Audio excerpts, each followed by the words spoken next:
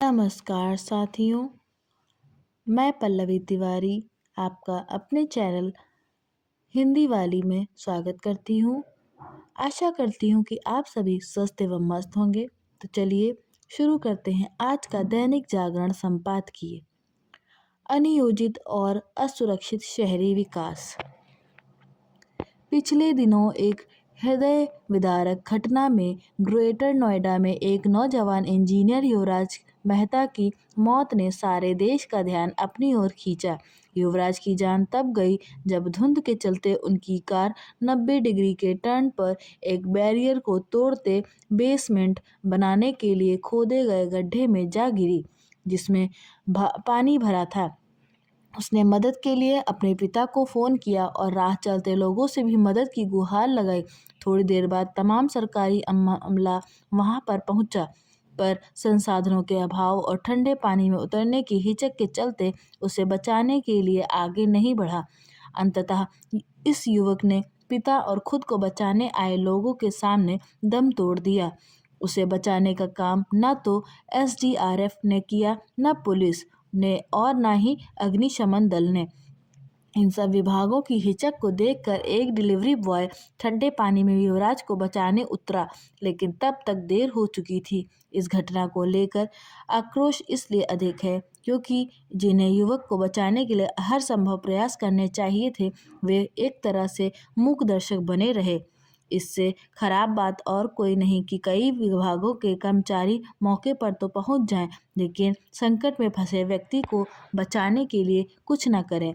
युवराज मेहता की मौत ने उत्तर प्रदेश शासन को हिलाकर रख दिया है। मुख्यमंत्री ने इस घटना की जांच के आदेश दे दिए हैं। इस जांच के जो भी परिणाम हों, लेकिन जो जिंदगी चली गई वो वापस नहीं आने वाली। इस घटना के बाद उन परिस्थितियों को की ओर सबका ध्यान गया जिनके चलते युवराज की मौत हुई, लेकिन उनमें कोई बुनियादी सुधार आने की उम्मीद नहीं। भारत के शहर जिस तरह विकसित हो रहे हैं और वहां निर्माण कार्यों को सरकारी एवं निजी क्षेत्रों की ओर से जिस तरह अंजाम दिया जाता है, वे लगातार दुर्घटनाओं को बढ़ावा दे रहे हैं। हमारी औसत नौकरशाही पर काम चलाऊ संस्कृति हावी है। वह नागरिक सुविधाओं और जन सुरक्षा उपायों की अनदेखी और उनके चलते होने वाली दुर्घटनाओं पर लीपापोती में माहिर हो चुकी है। इसके चलते नागरिक असुविधाएं बढ़ती रहती हैं और लोग हादसों का भी शिकार होते रहते हैं। ग्रेटर नोएडा में अनेक इलाकों में नाले खुले हैं और सीवर का पानी ओवरफ्लो होता रहता है, जबकि इसे प्रदेश के विकसित शहर के रूप में जाना जाता है। इस शहर में भी कोई यह देखने वाला नहीं कि सड़क किनारों पर पानी क्यों भरा रहता है, सीवर लाइनों क्यों उफनाती रहती हैं और सड़कें टूटी हुई क्यों पड़ी रहती हैं। ध्यान रहे, ऐसे स्थलों में मच्छर भी पनपते हैं और गंदगी भी जमा होती है जो बीमारियों का कारण बनती है। देश के छोटे बड़े शहरों में आबादी का दबाव लगातार बढ़ रहा है। सरकारी विभाग जमीनें अधिकृत पर कर बिल्डरों को देते रहते हैं, चूँकि ऐसी ज़मीनों के इर्द-गिर्द अनधिकृत और अनियोजित कॉलोनियाँ विकसित होती रहती हैं, इसलिए बेतरतीब विकास भी होता रहता है। ऐसी अधिकांश कॉलोनियों में शुरू में न तो आने-जाने के रास्ते सुगम होते हैं, न स्ट्रीट लाइट होती है, न सीवेज की उचित व्यवस्था होती है और न बिजली के कनेक्शन ढंग से होते हैं। इन कॉलोनियों में तैयार भवनों और बहुमंजिला इमारतों में जब लोग रहने पहुंचते हैं तो वे तमाम समस्याओं से दो चार होते हैं, लेकिन उनका समाधान करने के लिए न तो बिल्डर आगे आते हैं और न ही सरकारी विभाग। चूँकि घरों और फ्लैटों में की मांग अधिक है, इसलिए लोग अविकसित इलाकों में रहने के को मजबूर होते हैं। ग्रेटर नोएडा में युवराज मेहता की जिस रास्ते में मौत हुई, वह कोई सुगम रास्ता नहीं था। उस पर बना 90 डिग्री का कोण उसे एक खतरनाक ब्लैक स्पॉट यानी दुर्घटना बाहुल्य क्षेत्र बनाता था। इसे लेकर प्रशासन को शिकायत भी की गई थी, पर किसी ने कुछ नहीं किया। इस तरह की प्रशासनिक अनदेखी सारे ही शहरों में दिखती है। इस कारण लोग कभी खुले सीवरों में गिरकर या फिर असुरक्षित रास्तों में चोटिल होकर जान गंवाते रहते हैं। हर हादसा सरकारी अकर्मण्यता या अव्यवस्था के कारण होता है। एक समस्या यह भी है कि अनियोजित विकास घटिया तरीके से होता है। इस कारण भी हादसे होते रहते हैं, लेकिन कोई उनकी सुध नहीं लेता। कई कभी नई बनी बिल्डिंग गिर जाती है और कभी नई बनी सड़क में गड्ढे हो जाते हैं। शहरों में यह प्रायः ही देखने में आता है कि जहाँ भी निर्माण हो रहा होता है वहाँ आमतौर पर एक जोखिम वाला क्षेत्र होता है। वहाँ सड़कें सही नहीं होती और उनके किनारे गहरे गड्ढे भी होते हैं। इसी तरह जल निकासी की कोई व्यवस्था नहीं होती। ऐसे जोखिम वाले स्थलों में से लोगों को सचेत करने वाले कोई संकेतक भी नहीं होते हैं। कई बार तो ऐसे खतरे के स्थान अंधेरे में डूबे होते हैं। कोई नहीं जानता नौकरशाही की अकर्मण्यता कब खत्म होगी और कब तक लोगों की जिंदगी के साथ खिलवाड़ होता रहेगा। एक तरफ मोदी सरकार भारत को $3 ट्रिलियन की इकोनॉमी और 2047 तक विकसित देश बनाने के लिए प्रयासरत है और दूसरी तरफ हमारे शहर चरमराते जा रहे हैं और उनमें नागरिक सुविधाओं का अभाव बढ़ने के साथ सार्वजनिक सुरक्षा के उपाय अपर्याप्त होते जा रहे हैं। शहरों में आबादी बढ़ने के साथ शहरी विकास में सुधार न होना आश्चर्यजनक। यह स्थिति विकसित भारत के सपने में बाधक भी बनेगी। विकास सिर्फ आर्थिक ही नहीं होना चाहिए बल्कि वह सुरक्षित और सुगम तरीके से भी होना चाहिए। नौकरशाही हो या नेतागण या फिर न्यायपालिका, सभी को अपनी जिम्मेदारी का निर्वाह गंभीरता से करना होगा। गंभीरता का परिचय लोगों को भी देना होगा क्योंकि वे भी नियमों की अनदेखी करते हैं। विकासशील देश होने का यह मतलब नहीं कि सरकारी तंत्र और आम जनता अपनी जिम्मेदारी का निर्वाह ठीक से न करें। चूंकि सरकारी विभाग नियम कानूनों के पालन के प्रति सतर्क नहीं, इसलिए लोग भी उनका उल्लंघन करते हैं। ग्रेटर नोएडा की घटना में बिल्डरों के साथ सरकारी अमले की लापरवाही स्पष्ट है। बिल्डरों को गिरफ्तार करने के साथ कुछ अधिकारियों को निलंबित कर दिया गया है, लेकिन इसमें संदेह है कि इससे हालात सुधरेंगे। इसके आसार भी कम है। इस घटना से अन्य शहरों के अधिकारी सबक लेंगे। शांति के लिए अशांति की क्रांति। हास्य व्यंग्य। किसी भी झूठ को अगर बार बार 100 बार दोहराया जाए तो उससे सच माने जाने की आशंका कई गुना बढ़ जाती है। यह बात विश्व थानेदार श्री डोनाल्ड डक, माफ कीजिएगा डोनाल्ड ट्रंप, बड़ी शिद्दत से मानते हैं। शाहरुख खान की फिल्म के प्रसिद्ध डायलॉग की कहते हैं, अगर किसी चीज को दिल से चाहो तो पूरी कायनात उसे तुमसे मिलाने की कोशिश में लग जाती है। को थोड़ा संशोधित करके वे उसे ही अपनी फिलॉसफी मानते हैं। संयोग से यह डायलॉग जिस फिल्म ओम शांति ओम का है उसमें भी शांति शब्द शामिल है। ट्रंप महोदय का दिल तो इसे नोबेल शांति पुरस्कार पाने के लिए मचल रहा है। इतना मचल रहा है कि इस शांति के लिए वे अशांति फैलाने पर भी आमादा नजर आते हैं। जाहिर है उनका मानना है कि अगर किसी चीज को दिमाग से चाहो तो बार बार झूठ बोलकर उसे प्राप्त कर सकते हो। अब तो इसकी गिनती करना भी मुश्किल हो गया है कि उन्होंने यह झूठी और बेतुकी बात कितनी बार दोहराई कि भारत और पाकिस्तान के बीच युद्ध रुकवाने वाले वही हैं। यदि सभी देशों के बीच युद्ध रुकवाने के उनके दावे के आंकड़े तैयार किए जाएं तो वे झूठे दावों का शतक कब का बना चुके हैं। अपने दावों को धारदार बनाने के लिए वे अपने ही देश की पूर्ववर्ती राष्ट्रपतियों पर कीचड़ उछालने से भी बाज नहीं आ रहे हैं। ट्रंप का दावा है कि नोबेल शांति पुरस्कार के लिए उनसे अधिक हकदार इस दुनिया में कोई नहीं, न भूतो न भविष्यति। वर्तमान का तो कहना ही क्या है। यह भी हो सकता है कि जिस देश के व्यक्ति को नोबेल शांति पुरस्कार मिलेगा उस देश पर उनकी वक्र दृष्टि पड़ जाएगी और उनकी सेना उस देश के शासनाध्यक्ष को सप्तनीक उठा ले। यह भी हो सकता है कि उनकी वक्र दृष्टि का संयुक्त कारण उनके स्थान पर नोबेल पुरस्कार पाने वाले व्यक्ति के अलावा तेल का खेल भी हो। अपने देश के पूर्व राष्ट्रपति बराक ओबामा को नोबेल शांति पुरस्कार मिलने पर वे खेद भी जता चुके हैं कि उन्हें बिना कुछ किए ऐसे ही बेवजह बैठे बिठाए शांति पुरस्कार मिल गया है।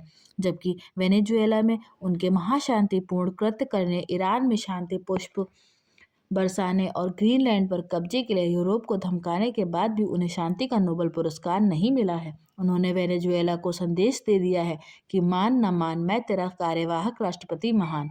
अब वे शांति के क्षेत्र में और भी कई कदम बढ़ाने में लग गए हैं और शायद तब तक लगे रहेंगे जब तक शांति का मतलब ही नहीं बदल जाता है और कोई शब्दकोश उसे मान्यता नहीं प्रदान कर देता। ग्रीनलैंड को लेकर वे दिन ब दिन रेड यानी लाल हुए जा रहे हैं।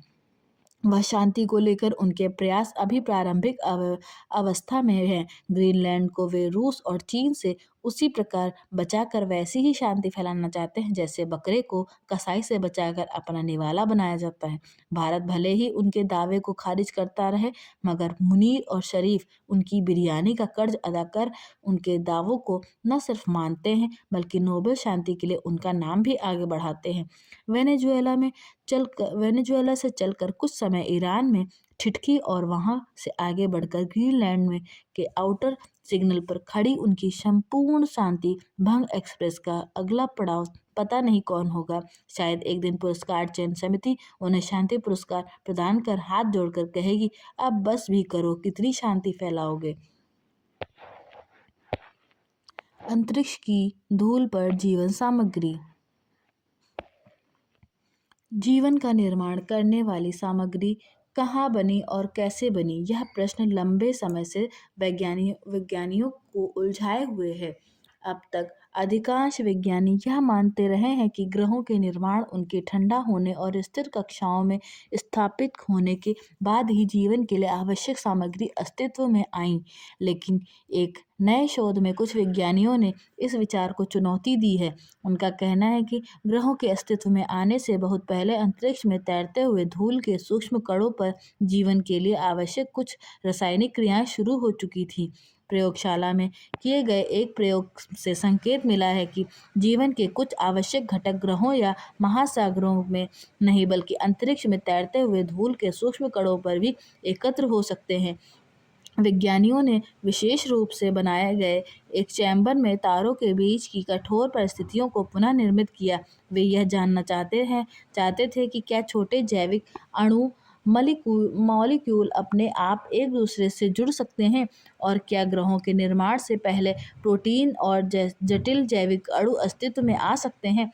गौरतलब है कि प्रोटीन पृथ्वी पर जीवन के केंद्र में होते हैं। वे कोशिकाओं का निर्माण करते हैं, मांसपेशियों को गति प्रदान करते हैं और रासायनिक प्रक्रियाओं को संचालित करते हैं।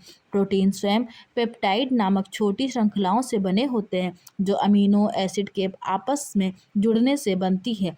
वैज्ञानिक पहले से जानते थे कि ग्लाइसिन जैसे सरल अमीनो एसिड अंतरिक्ष में मौजूद हैं।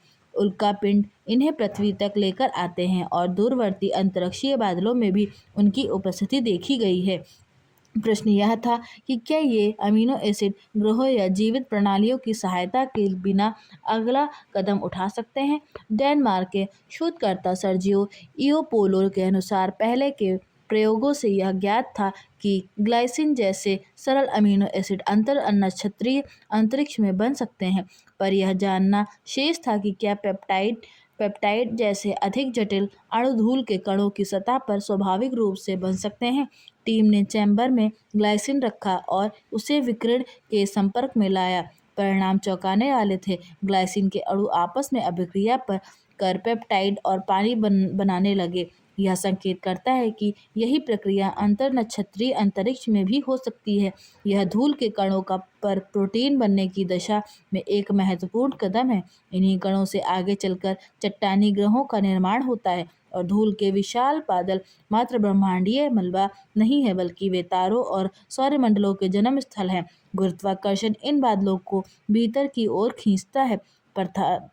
पदार्थ एकत्र होता है, डिस्क बनती है और धीरे धीरे ग्रहों का निर्माण होता है। नाम न चलने में ही भलाई।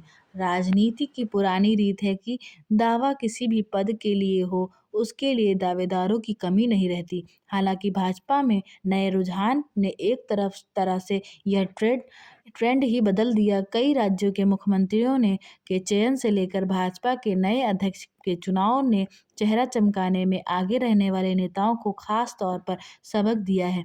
उसी का ताज़ा असर फिलहाल दिखाई दे रहा है। तय है कि नए अध्यक्ष साथ अब नई राष्ट्रीय टीम भी बनाई जानी है।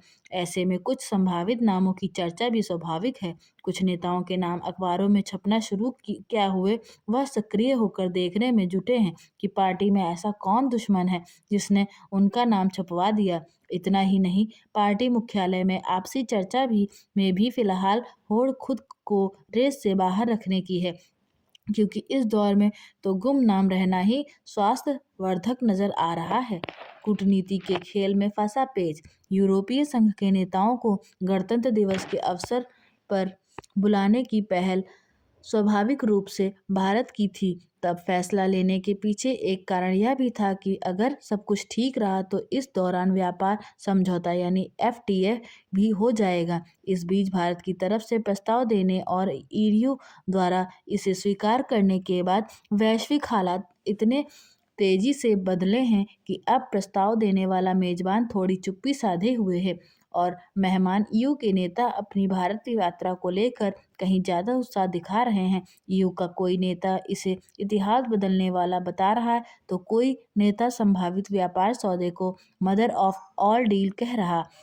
असलियत में ईयू नेताओं के गर्मजोशी से भरे बयानों को देख भारत थोड़ा हतप्रभ भी है और चिंतित भी। कहने की जरूरत नहीं कि कारण कारण ट्रंप हैं जो यूरोपीय देशों को डराने धमकाने में लगे हैं। यूरोपीय नेताओं के इस उत्साह में भारत को आशंका है कि उनके इस जोश का असर अमेरिका के साथ चल रही व्यापार समझौता वार्ता पर न दिखे। सच्चाई यह है कि भारत खुद भी ईयू के साथ डील से बहुत खुश है, लेकिन चाहता यह है कि ईयू भी भारत की राह चले, यानी जब शांति से काम चले तो भला क्यों शोर मचाया जाए। कुआं और खाई वाली स्थिति। एक बड़ी पुरानी कहावत है, आगे कुआं पीछे खाई। विश्वविद्यालय अनुदान आयोग यूजीसी की स्थिति इन दिनों इसी स्थिति से दो चार है। सुप्रीम कोर्ट के निर्देश पर उच्च शिक्षा संस्थानों में जाति, धर्म, लिंग, भाषा आदि के आधार पर होने वाले भेदभाव को दूर करने के लिए उसकी एक पहल ही उसके गले की फांसी बन गई है। इसमें एससी और एसटी के साथ साथ ओबीसी को भी जोड़ दिया गया है। इसे लेकर स्वर्ण समाज आंदोलित है। इसके चलते मंत्रालय से लेकर यूजीसी के आला अधिकारियों की परेशानी बढ़ी हुई है। वस्तुतः एक वर्ग का डर यह है कि इस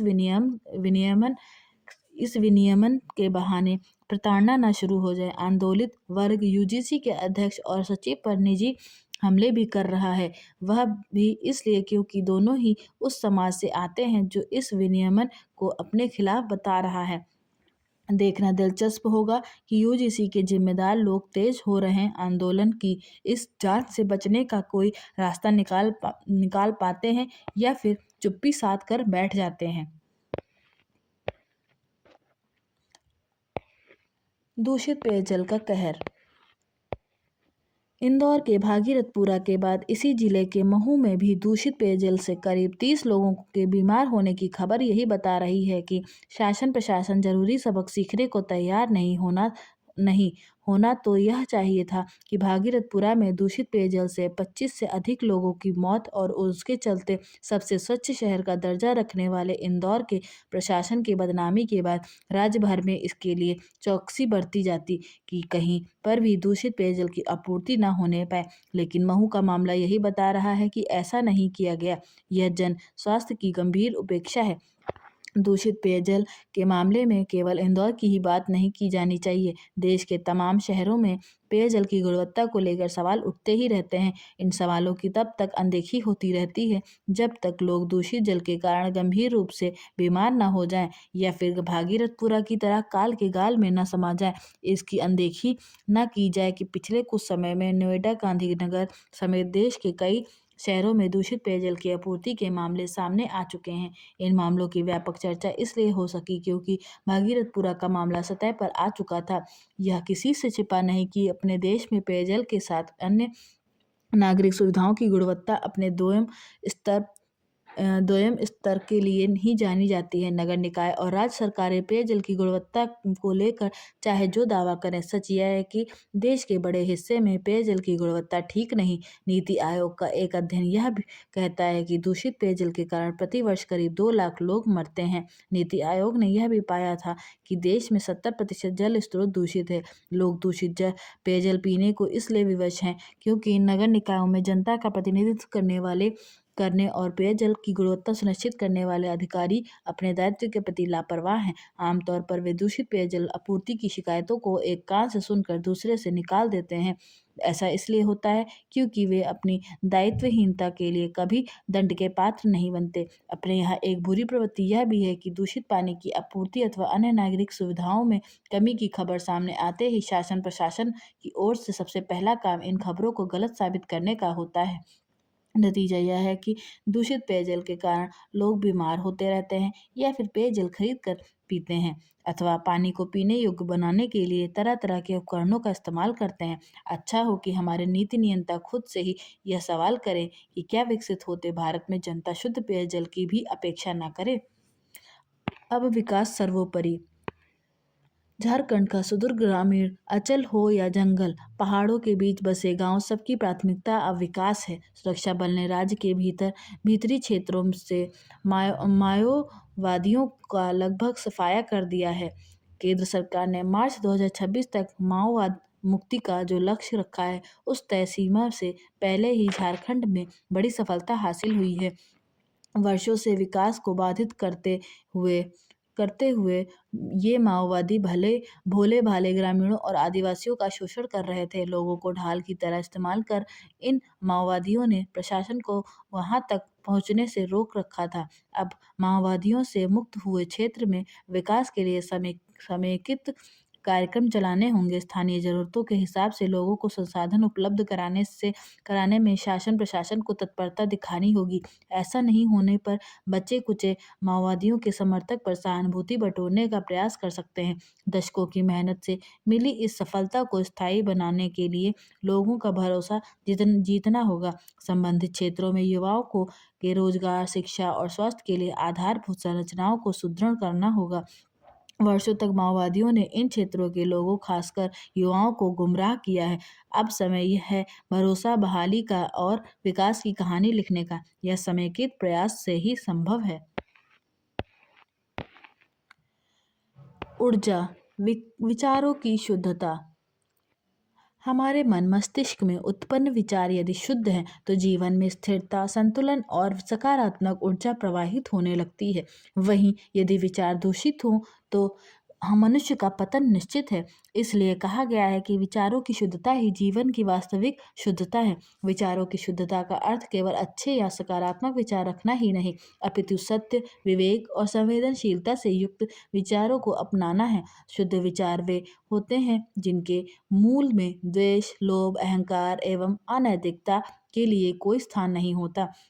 शुद्ध विचार सदैव मानवता, करुणा, नैतिकता एवं सद्गुणों से के धरातल पर खड़े होते हैं। ऐसे विचार न केवल व्यक्ति को भीतर से सुदृढ़ बनाते हैं बल्कि समाज को भी एक सकारात्मक दिशा प्रदान करते हैं। विचारों की अशुद्धि का प्रभाव अतिशीघ्र व्यवहार में भी परिलक्षित होने लगता है। विचारों की शुद्धता कैसे सुनिश्चित की जाए, इसका उत्तर नितांत सरल है, परंतु उसका पालन उतना ही कठिन भी प्रतीत होता है। सबसे पहला एक महत्वपूर्ण उपाय है आत्मनिरीक्षण, अर्थात दिनचर्या में से समय का थोड़ा सा अंश अपने लिए संरक्षित करके स्वयं से संवाद करना, अपने विचारों को शुद्धता की कसौटी पर परखना और देखना कि वे किस दिशा में प्रवाहित हो रहे हैं। दूसरा उपाय है सत्संगति। हमारे साथ जैसा वातावरण और संगति होती है उसी अनुरूप हमारा सोच विकसित होता है।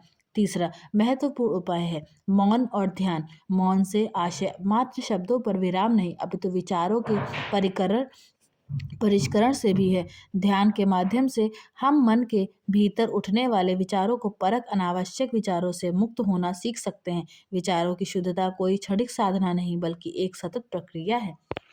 आशा करती हूँ कि आपको यह क्लिप पसंद आई होगी।